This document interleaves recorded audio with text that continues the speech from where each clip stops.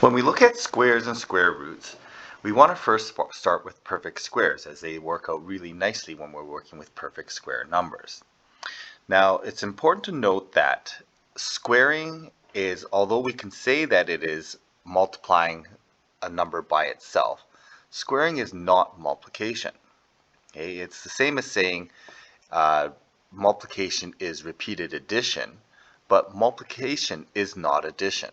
Okay? So in the same way, although we can do squaring with multiplication, squaring itself is not the same as multiplication. It's a different type of math. So it works differently than multiplication. Okay, so when we first do squaring, we do use multiply, just like when we first do multiplication, we do skip counting or adding, repeated adding.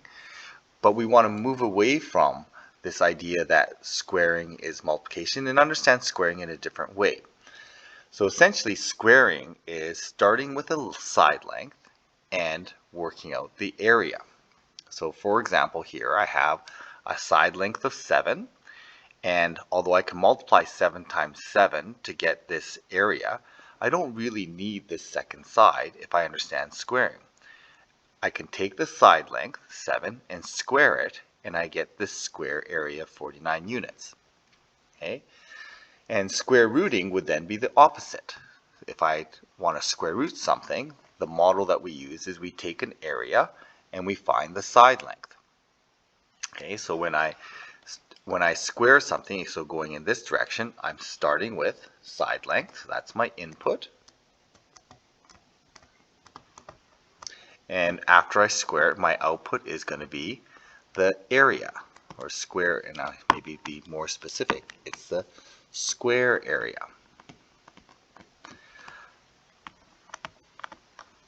Okay, so specifically we're talking about squares when we're doing squares and square roots.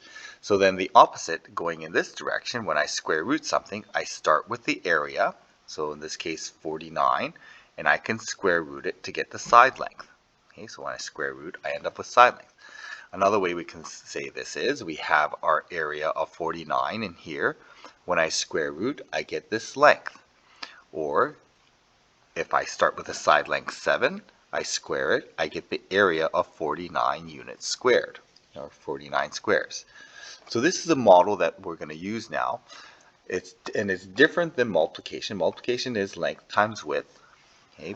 With squares, we only have the one side, and we take the side length and square it to get the area. And then also in math, we can reverse anything, and we can start with the area and square root it to get the side length. So they are opposites of each other. Squares and square roots are opposites. They're just like plus and minus, just like times and divide. Squares and square roots are opposites, and they undo each other.